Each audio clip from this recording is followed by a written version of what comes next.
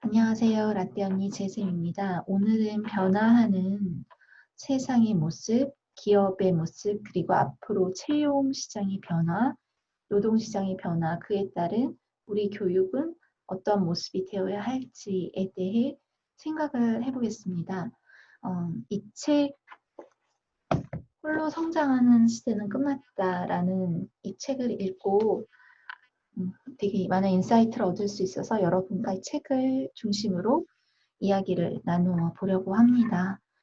먼저 제가 화면을 하나 공유할 텐데요. 그건 바로 브런치에 있는 글 중에 마이크로소프트는 더 이상 학벌로 직원을 뽑지 않는다라는 이야기입니다. 이걸 중심으로 한번 이 글에 나온 내용을 중심으로 한번 이야기해 볼게요. 오늘 말씀드릴 내용은 우리 아이가 살아갈 미래는 어떠할 것이며 또 어떤 교육을 시켜야 할지에 대해 궁금증을 느끼고 좀 답답함을 느끼시는 분들, 그리고 현장에서 이렇게 계속 교육을 해도 되나라는 어떤 의문, 이제 시대가 바뀌고 있는데 아직도 지식 위주의 교육과 수많은 교과와 그로 인해서 성적으로 아이들의 등급을 나눠야 되는 이런 교육이 계속돼도 될까라고 고민하는 그런 교육자분들에게 도움이 될 겁니다. 그러면 이 책을 먼저 소개하기 전에 제가 한때 코딩 교육이 굉장히 교육계에 새로운 바람으로 불어서 앞으로 미래 시대는 코딩을 할 줄 알아야 되기 때문에 코딩 언어가 영어같이 된다 해서 코딩 교육에 열풍이 한번 불었었어요. 그래서 학부모님들도 상담을 할 때 우리 아이 코딩 교육 시켜야 될까요? 라고 많이 물어보시고 했는데 이에 대해서 정확하게 답을 내릴 수 있는 교육자는 당시에 많지 않았다고 생각을 합니다. 왜냐하면은 그때 음, 그 미래 사회가 어떻게 변할지에 대한 어떤 구체적인 모습이 잡히지 않은 상태에서 막연히 이것 좋다 저것 좋다 해가지고 막 공부하는 게 과연 옳은가라는 그런 생각도 당시에 저도 있었고요. 한 가지는 이제 컴퓨터 교육 같은 경우는 시키는 게 당연히 좋다. 이제 컴퓨터와 우리가 떨어질 수 없는 관계이기 때문에 숨 쉬듯 자연스럽게 해야 되는 시대니 컴퓨터를 잘 다루는 것이 도움이 되지 않을 리가 없다라는 생각은 있었습니다. 이런 교육에 대해서 앞으로 어떻게 교육을 해야 될지 이런 고민이 있으시는 분들 한번 홀로 성장하는 시대는 끝났다를 읽으면 지금 시대가 이렇게 변화하고 있구나라는 거를 굉장히 실감나게 체험할 수 있는데 그 이유는 이 책을 쓰신 분이 마이크로소프트 이소영 이사신데 이분이 IT 업계에 굉장히 오랫동안 몸담고 계신 분이세요. 특히 마이크로소프트에서는 15년간이나 계셨고 마이크로소프트에서도 이분은 굉장히 영향력 있는 사람들을 관리하는 그런 직책을 맡으셔서 어떻게 마이크로소프트 내에서도 잘 나가는 직원들을 독려하고 격려하는 그런 역할을 맡으셨기 때문에 이분은 어떤 직원 그리고 어떤 사원 그리고 어떤 CEO가 지금 현재 기업 생태계에서 우위를 점하고 있고 앞으로는 기업이 어떤 인재를 채용할 것이며 어떻게 기업의 모습이 변할 것인지에 대해서 어떻게 사회는 또 변할 것인지 그러므로 교육은 또 어떻게 변해야 될지 이런 통찰을 이 책에 담으셨어요. 그래서 제 생각으로는 이 책은 학부모님들과 교육자들이 꼭 보고 또 함께 토론을 하고 함께 생각해 보면 좋겠다라는 그런 책입니다. 자, 먼저 고학력 엘리트를 반기지 않는 기업들에 대해 이야기를 해볼게요. 저자가 15년 동안 마이크로소프트에 있으면서 뭐 마이크로소프트뿐만 아니라 요즘에 구글이라든지 아마존이라든지 이런 내노라는 기업들이 현재 고학력 엘리트 직원을 특별히 선호하지 않는다는 사실을 밝혀요. 그리고 특히 마이크로소프트에 있으면서 이분이 느낀 것은 거기에는 한마디로 소위 듣보잡, 지잡대 출신, 그런 출신 또는 고졸 출신이 생각보다 굉장히 많았다는 거예요. 그리고 그들이 평등하게 그 안에서 열심히 일을 하고 있었고 승진이라든지 그런 면에서도 차별이 없었다는 것이고 특히 일의 능력에 대해서도 큰 차이가 없었다는 겁니다. 리서치와 같은 단순 영역에서 고학력자들은 앞섰지만 그의 배우는 속도나 능력의 차이에서는 학벌이 크게 영향을 미치지 않음을 현재 기업들이 인식하기 시작했다는 것이죠.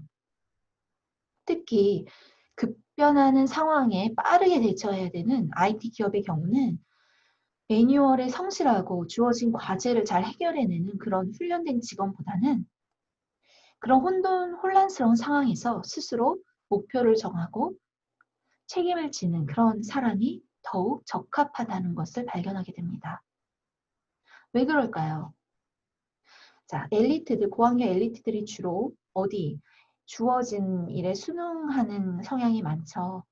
왜냐면 현재 그 학교 시스템에 잘 순응한 분들이기 때문에 그럴 확률이 높은 겁니다. 하지만 지금은 고정된 어떤 시스템이 없는 사회에 나와서 이 고학력 엘리트들이 굉장히 혼란을 느끼는데 사회에 일어나는 그 수많은 그 연결된 복잡한 일들을 자기 자신이 헤쳐나가야 되는데 그런 스킬이 연습되어 있지 않다라는 것이죠. 그죠? 주어진 것을 굉장히 매뉴얼을 잘 습득하고 그 기술을 잘 활용하는 데는 익숙해진 분들이라는 것뿐입니다. 지금 현재 어떻게 세상이 변하고 있는지 잠깐 인용된 부분을 읽어보겠습니다. 클라우드, 빅데이터, 사물 인터넷, 인공지능 등 급격하게 세상을 바꾸기 시작하면서 기술과 법, 정책, 윤리, 사회적으로 중요한 가치들과 공동체 문화까지 함께 사고하지 않고서는 접근하기 어려운 새 문제들이 대두되고 있습니다. 새로운 환경이라 그 누구도 이러한 문제들에 대한 해법을 모두 알고 있지는 못해요. 라고 책은 이야기하고 있습니다. 그리고 마이크로소프트에서 채용하는 방식을 한번 볼게요. 마이크로소프트는 인터뷰를 중심으로 신입사원을 채용합니다.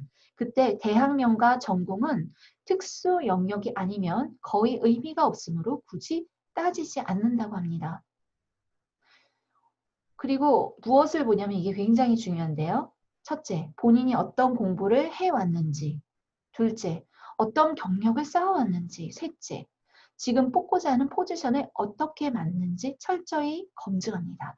넷째, 그리고 그 사람과 함께 일해본 사람들의 평판 조회를 하면서 인성과 팀워크 능력을 확인합니다. 여기에서 굉장히 중요한 인사이트가 있는데 이제 우리는 학벌, 졸업장 이런 게 아니라 내가 직접 어떻게 공부를 했고 어떤 경력을 쌓았고 내가 이 일과 어떻게 관련된 흥미와 어떤 일을 해왔는지 그것을 증명한 어떤 일을 해왔는지가 중요합니다. 무엇으로 알 수 있을까요? 이것은 가장 기업들이 지금 주목해 보는 게 바로 SNS라고 해요. 페이스북, 블로그 이런 것들을 통해서 본인이 어떤 글을 써왔고 어떤 활동을 해왔는지를 본다고 합니다. 그리고 예를 들어서 뭐 페이스북 커뮤니티라든지 어떤 네이버 카페라든지 이런 것을 통해서 자기가 활동해온 것들 있잖아요. 특히나 리더로 활동해온 그러한 경력이 있으면 기업에서는 이 사람이 커뮤니티 리더라는 것은 지금 현재 기업들이 굉장히 중시하는 리더십을 갖춘 리더라는 뜻인데요. 이런 리더십을 갖고 있고 사람들하고 배움을 나누는 사람이며 계속해서 스스로 진화 발전하는 사람이구나 라는 것을 본다고 합니다. 자, 그러면 여러분들 자녀, 우리들의 자녀, 우리 학생들이 지금 그냥 앉아서 나만 잘하는 공부 이런 걸 할 게 아니라 내가 배워서 남주는 것들을 배워야 하며 또한 배워서 남주기 이전에 내가 좋아하는 분야를 확실하게 정해서 확실하게 발견해서 그 분야를 파고드는 그렇게 파고들고 그것들의 정보를 함께 공유하고 나누고 내가 연구한 결과들을 통해 사람들한테 영향력을 미치고 하는 그 과정들을 그 아이들이 배우고 학습하고 배움이 곧 그 나눔이 되고 나눔이 곧 배움이 되는 그러한 시스템으로 공부가 변화되어야지 지금처럼 대학 입시에서 좋은 성적을 받기 위해서 경쟁하고 시험을 봐서 좋은 점수를 얻고 이런 교육이 이제 앞으로는 크게 도움이 되지 않는 교육이 된다는 것입니다. 그러면 앞으로 기업은 어떤 방식으로 또 변화할 것인지에 대해서 이 책에서 굉장히 자세하게 설명을 하고 많은 예를 들고 있는데 대표적으로 에어비앤비와 위워크의 예를 보겠습니다.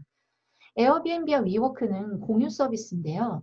에어비앤비는 세계 최고의 공유 숙박 서비스죠. 그다음에 위워크는 공유 오피스 서비스의 중심에 있는 기업입니다. 이들 기업의 공통점은 호스트와 입점 고객을 회사 분리하지 않습니다. 과거 기업들은 고객과 기업은 분리되어 있었죠. 그러나 이제는요. 고객과 기업이 분리되는 게 아니라 한 팀, 네트워크를 형성하게 하는 커뮤니티를 지원합니다. 그래서 기업은 이제 점점 커뮤니티의 중요성을 간파하고 있어요. 다가올 시대 산업은 이렇게 사람 대 사람의 네트워크가 지닌 잠재력인데요. 사람 대 사람이라는 것, 즉 우리는 사람과 사람의 어떤 연결, 사람과 사람의 네트워크, 사람과 사람의 커뮤니티, 이런 소통과 이런 공감의 시대가 오고 있고 이런 소통과 공감이 기업에까지 영향을 미치고 있다는 겁니다. 한번 구매하면 예전에는 관계가 끊었던 고객과의 관계가 신뢰와 로열티를 바탕으로 지속적 관계로, 즉 이거는 기업과 사람이 옛날에는 분절된 관계였지만 기업과 사람이 사람 대 사람처럼 연결되는 관계가 된다는 거죠. 이러한 예는 굉장히 많이 볼 수 있는데 예를 들어서 당근마켓의 경우 왜 당근마켓이 후발주자로 나섰으면서 중고 거래 시장에 있어서는 굉장히 거탑이었던 중고나라를 어떻게 능가할 수 있었느냐. 중고나라는 사람 냄새가 없잖아요. 당근마켓 한번 딱 생각해 보시면 그 안에는 사람과 사람을 연결시키고 있고 지역을 기반으로 커뮤니티를 만들고 있습니다. 그럼으로써 새로운 마케팅의 모습을 보여주고 있는데 앞으로는 이렇게 지역 기반, 사람 대 사람을 연결하는 네트워크 기반 마케팅, 그러한 기업, 그러한 마케팅의 중요성을 알고 그러한 정신을 가진 기업이 대세를 이룰 거라는 겁니다. 자, 이런 기업들이 예전에 뭐 삼성, LG와 같은 그런 시대에서 이제 앞으로 이렇게 커뮤니티 중심의 기업이 된다면 어떤 능력이 중요할까요? 그저 이제는 어, 매뉴얼 잘 따라하는 그런 직원이 아니라 굉장히 재미있는 이벤트를 만들 수 있고 사람의 마음을 읽을 수 있고 이런 직원들이 있으면서 유쾌하게 꾸려나갈 수 있는 그러한 기업이 대세가 될 것이라는 겁니다. 그렇다면 그리고 미래 산업은 또 이제 우리는 사람을 사람 사이에서의 경쟁력이 아니라 재미있는 것은 이제 로봇과 AI와 경쟁해야 된다는 거죠. 그런데 이것은 어떤 면에서는 경쟁 자체가 되지 않아요. 왜냐하면 이거는 자동차와 사람이 경쟁하는 것과 비슷해요. 달리기에 있어서는 자동차랑 사람이랑 누가 더 빠를까요? 사람이 짐을 나르는 게 빠를까요? 트럭이 짐을 나르는 게 빠를까요? 당연히 트럭이 짐을 나르는 게 빠르기 때문에 이제 앞으로는 트럭이 짐을 나르는 사람의 일을 대신했듯이 앞으로는 수많은 직업들이 그렇게 로봇이나 AI가 대체할 것이라는 겁니다. 자동화 시스템이 향하고 있는 것은 AI와 로봇의 시대인데요. 이들이 대체할 노동의 범위는 너무나 방대할 것이라서 뒤에 말씀드리겠지만 이제 앞으로 30년이 되면 후가 되면 50%의 직업을 노동력을 노동시장을 로봇과 AI가 점령할 것이고 이 이야기는 우리 아이들이 한창 일해야 될 그 시대에 우리 아이들의 50%는 어쩌면 실업자가 될 것이다 라는 이야기입니다. 따라서 우리가 이것을 굉장히 귀 기울여 들어야 하는 겁니다. 그러면 이 예를 보면서 앞으로 우리 산업이 노동이 어떻게 변할지 한번 생각해 볼게요. 자, 유튜브의 아마존의 물류 창고를 보면 사람이 유튜브의 아마존의 물류 창고라고 이렇게 쳐보면 나온다고 합니다. 사람이 거의 보이지 않는 깔끔하고 거대한 물류 창고에서 24시간 쉬지도 않고 신속하게 정확히 일하는 로봇 키바를 만날 수 있는데요. 입출고, 재고, 포장, 품질 관리에 이르기까지 키바가 못하는 일이 거의 없습니다. 아마존은 물류 창고에서 일하던 직원 대다수를 키바로 대체했습니다. 자, 비단 물류 관리일 뿐일까요? 저자는 코딩 열풍이 일어났던 걸 언급하면서 이에 대해 회의적인 시선을 보내는데 이유는 코딩 또한 AI가 대체할 영역이 될 것이라고 합니다. 실제로 이 분이 IT 업계에 인공지능 연구소에서 일하는 지인이 있었는데 요즘 열심히 자신의 팀에서 일할 직원을 찾고 있다고 해서 들어보니 그 연구소에서 개발 중인 웹디자인 AI를 가르치기 위해서라고 합니다. 그런데 이 AI가 모든 걸 배우고 나면 그 직원은 어떻게 될까요? 결과는 굳이 얘기하지 않아도 쉽게 알 수 있겠죠. 자, 그러면 이제는 소프트 스킬 시대가 열린다고 하는데 새 교육이 대두되어야 한다는 겁니다. 자, 종합해서 한번 저자가 주장하는 앞으로의 변화가 첫째, 더 이상 학벌이 취업 성공 등 밥벌이를 보장해주지 않는다. 둘째, 산업은 빠르게 변하고 예측 불가하며 커뮤니티가 중시된다. 셋째, 로봇과 AI가 다수의 직업군을 차지하게 된다. 자, 이에 어떻게 대처해야 할까요? 이제 교육의 중요성이 드러나는 겁니다. 대학 입시의 목표라는 교육 쓸모없습니다. 앞으로 한 10년, 20년 지나면 쓸모없습니다. 학벌 만능 시대에 끝나고 있고 이보다는 빠른 변화에 대처하는 능력, 커뮤니티 능력이 중시될 겁니다. 고차원적 판단과 커뮤니티 능력이 인간만이 가진 고유성, 즉 인간이 가진 고유성이 AI와 인간을 차별화하게 합니다. 따라서 이제는 지식이 아닙니다. 지식은 이제 AI나 로봇이 더 뛰어날 겁니다. 인간성이 학벌보다 더 큰 스펙이 되는 겁니다. 정말 중요합니다. 이제는 인간성의 시대가 옵니다. 인간성이 학벌보다 더 큰 스펙이 된다. 인간성이 뭡니까? 인간성의 가장 기초적인 것은 인격이죠. 인품이죠. 그 위에 무엇이 있습니까? 사고 능력입니다. 고차원적 사고 능력. 자, 소프트 스킬이라는 말이 있어요. 소프트 스킬은 인품이 좋은 사람의 스킬이라는 뜻인데 노벨 경제학 수상자 제임스 에커먼이 주장한 앞으로 인재의 모습입니다. 자, 이거 소프트 스킬 함량이 중요하지 이제는 겉으로 보이는 지식의 스킬, 하드 스킬은 이제 필요가 없는 것입니다. 즉 배우는 내용이 아니라 이제는 배우는 기술이 중요한데 즉 스스로 계속 배우는 기술을 통해서 배움을 업그레이드, 진화하는 것입니다. 내용을 많이 알고 있는 건 이제 필요가 없어요. 자, 끊임없이 배우고 적응하지 않으면 이제 기존 지식은 금방 쓸모없는 지식이 됩니다. 따라서 가장 중요한 것, 질문하는 힘, 생각하는 힘을 기르는 교육에 힘써야 하는 겁니다. 질문하는 사람과 생각하는 사람은 AI와 또 로봇이 절대 따라잡을 수 없는 고스펙의 사람이 됩니다.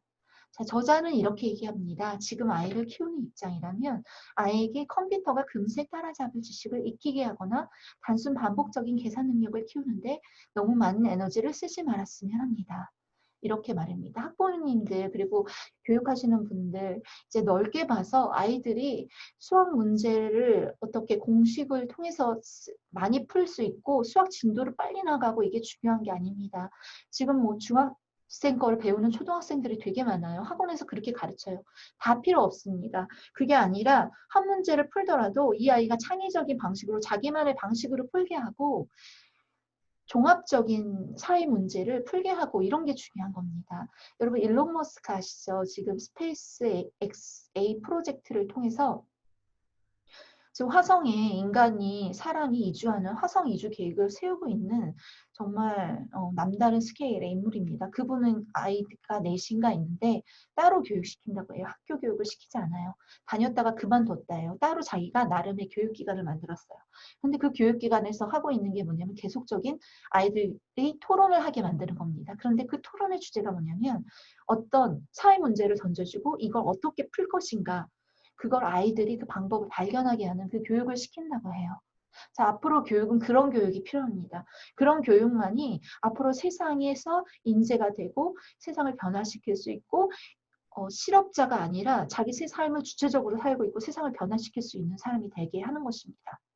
현재 우리 아이들 50%는 태어나서 죽을 때까지 생생활동에 참여하지 못할 거라고 저자가 경고를 해요. 자, 이제 어떤 교육을 시켜야 할까요? 좀 과감하게 이제 교육의 방향을 바꿔야 될 때가 되었습니다. 저는 교육을 시키면서 너무 안타까웠던 것은 초등학교 교사인데요. 교사로서 너무 많은 내용을 아이들에게 가르치려고 해요. 저는 이게 너무 안타까워요. 하나를 가르쳐도 여기를 정말 다각도로 어떤 사건 하나를 두고 이것을 경제 입장에서 경제적인 문제에서 또 과학적인 문제에서 도덕적인 문제에서 또 언어적인 문제에서 다각도로 보는 게 아니라 그냥 수학이면 수학, 국어, 사회 다 단절돼서 배우고 있는데 이제는 이런 교육 필요가 없습니다. 물론 교육청이나 이런 데서는 선생님이 재구성해서 가르치면 되지 않느냐 하는데 뭐 이렇게 교과서를 이만큼 주면 학부모님들도 아이들도 선생님들도 이걸 다 가르쳐야 할 건 압박감에 당연히 시달리게 돼요. 자, 이런 교육에 대해서 한번 생각해 봐야 하고요. 이 교육을 뭐 사족을 조금만 더 붙이자면 제가 대학원에서 왜 이런 교육에 이런 교과서가 나왔고 이런 교육 과정이 나왔을까 고민을 하면서 공부하다 보니 대학원에서 그 답을 알게 되었는데 각자 그 영역을 맡은 그 학자들이 그 분야가 굉장히 산발적으로 있고 그 산발적인 분야의 학자들이 단절적으로 자신의 분야가 중요하므로 이 교육이 중요하다라고 정치적인 어떤 입장이 되어서 자신의 어떤 그 학계의 위치를 없애지 않는 거죠. 그걸 깨지 않기 위해서는 그 내용이 교과서의 내용이 되어야 하는 겁니다. 그러다 보니 그런 학자들의 어떤 권력 싸움이 교과서를 이렇게 만드는데 일조했구나라는 생각을 하게 된 겁니다. 정말 좀 안타까웠습니다. 자, 이제 새 시대 새 리더가 필요합니다. 새 교육이 필요합니다. 사람과 사람을 연결하고 공감과 나눔의 패러다임을 기반으로 하는 교육. 그러한 사람을 기르는 리더, 즉 커뮤니티 리더로 자랄 수 있게 하는 교육이 그 해법이 됩니다. 여러분, 홀로 성장하는 시대는 끝났다라는 책을 통해서 우리 시대의 교육의 문제점과 앞으로 교육의 모습을 한번 생각해 봤고 앞으로 사회에서 어떤 사람이 인재가 될 것이며 어떻게 교육을 해야 될 것인지에 대해 생각해 봤습니다. 자, 이 영상이 처럼 교육에 대해 고민하는 교육자들과 또 많은 학부모님들에게 좀 도움이 되셨으면 좋겠어요. 그리고 이 글이 있는 곳은 저희 브런치이고요. 여기에 대한 글이 저희 브런치에 있으니까 한번 와서 보셔도 좋을 것 같습니다. 그러면 여러분 다음 시간에 또 좋은 컨텐츠로 뵐 수 있기를 바라겠습니다. 노력하겠습니다. 감사합니다.